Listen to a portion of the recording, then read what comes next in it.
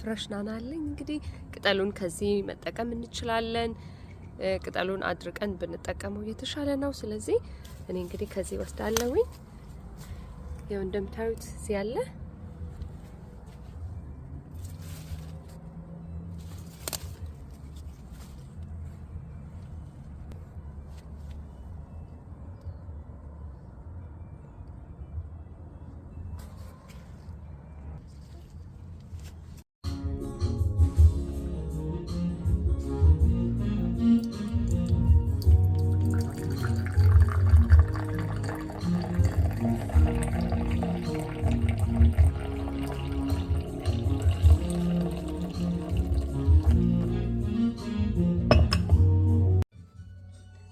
እንደምትመለከቱት ፍሬሽ ናና ነው። እዚች ጋር ደግሞ እንግዲህ ያደረኩት ናና አለ። እንግዲህ እንደዚህ ቆንጆ ሆኖ ደርቆልኛል።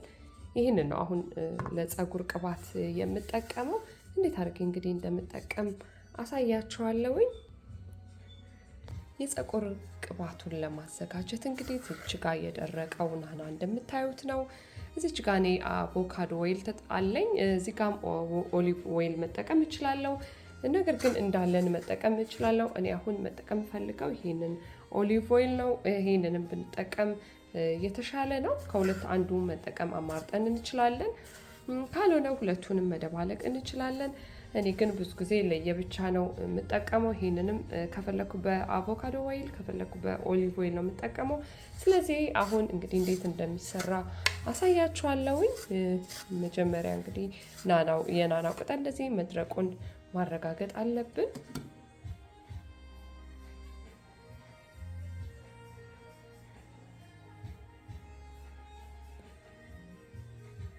እንግዲህ የእሳት መጠኑን ትንሽ መካከለኛ ሙቀት ላይ እናደርገውና እንደዚህ ድስታችን ላይ አድርገን ትንሽ ዘይታችንን ከመጨመራችን በፊት እንደዚህ ለብ ለብ እናደርገዋለን። እንደዚህ አመስ የተወሰነ ደቂቃ እናደርገዋለን። ከዛን ሽታው ይታወቀናል። እንዴት እንደታመሰ ሽታው ይታወቀናል።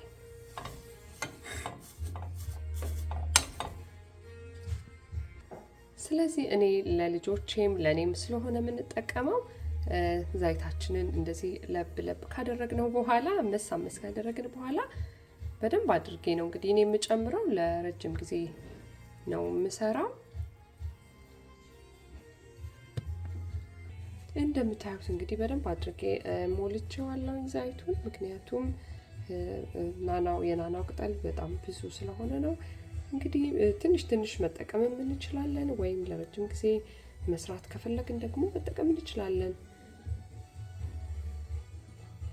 ስለዚህ እንደዚህ ቀለል ባለ መንገድ ቤታችን በተፈጥሯዊ በሆነ መንገድ ተጠቅመን ውድ የሚሸጡ ቅባቶችን እኛ በቀላል መንገድ እንግዲህ ቤታችን መጠቀም እንችላለን። ለልጆቻችን ለራሳችን በተለይ ተፈጥሯዊ መንገድ ስለሆነ እጅግ ጤናማ ነው። ለልጆችም ቢሆን እጅግ ጤናማ ነው። ልጆችንም አይጎዳም። ነገር ግን መጀመሪያ ልጆቻችን ላይ አፕላይ ከማድረጋችን በፊት ራሳችን መጠቀሙ የተሻለ ነው። ራሳችን ተጠቅመን ራሳችንን ምንም አይነት ጉዳት ከሌለው ለልጆቻችን መጠቀም እንችላለን። እንደዛ ነው እኔ መጀመሪያ ያደረኩት። ራሴ ተጠቅሜ ነው ወደ ልጆቼ መጠቀም የምችለው ማለት ነው። ስለዚህ መጀመሪያ ራሳችሁ ብትጠቀሙ ብዬ እኔ እመክራለሁ። እሳቱን እንግዲህ መካከለኛ ሙቀት ነው ያደረኩት። ትንሽ ገንፈል ሲያደርገው በቃ ለብ ካለልን በኋላ እንጨርሰዋለን ማለት ነው። እንግዲህ እንደዚህ ያደረኩኝ እያማሰልኩ በደንብ እንዲዋሃድ አብሬ እየደባለኩ ነው። ምንም የምናደርገው ነገር የለም። ኦሊቭ ኦይል እናደርጋለን። ናናውን እየደረቀውን የናና ቅጠል ነው የምንጠቀመው። ሌላ ምንም የምንጨምረው ነገር የለም።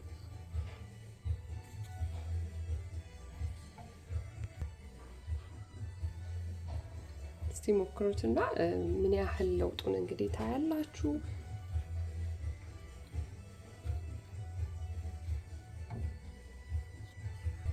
እንደምታዩት እንግዲህ እንደዚህ ለብ ካለ ይበቃዋል።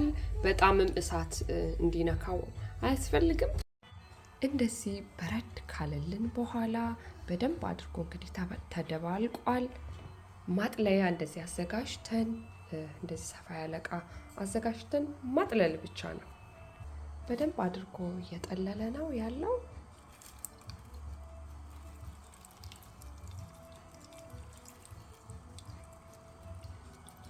ያችሁት ራሱ ከለሩ ራሱ ተቀይሯል። የዛይቱ የኦሊቭ ኦይሉ እንትኑ ተቀይሯል ከለሩ።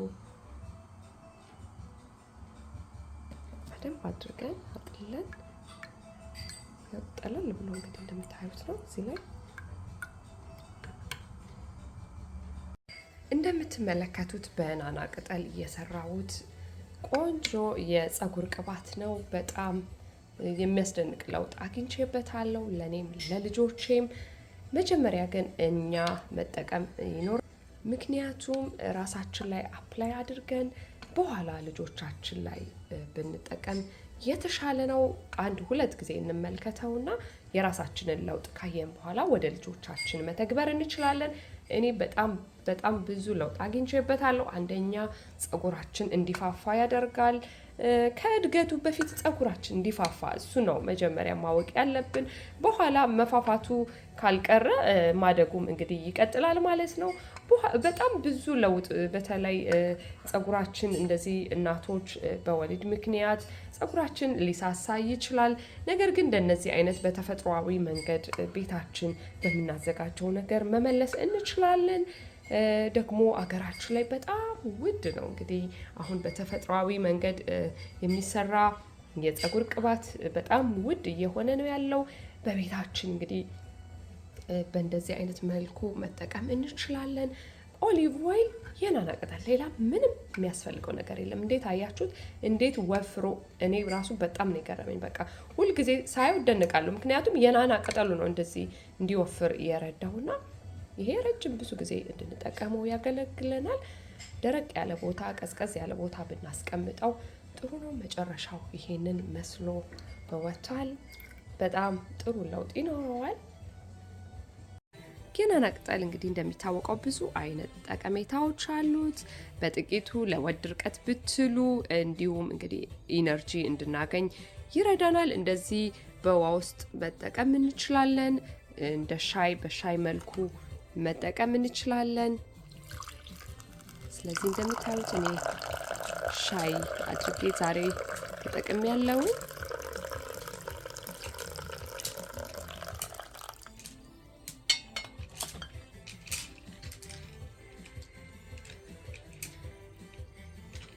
መቶ% ናቹራል ነው።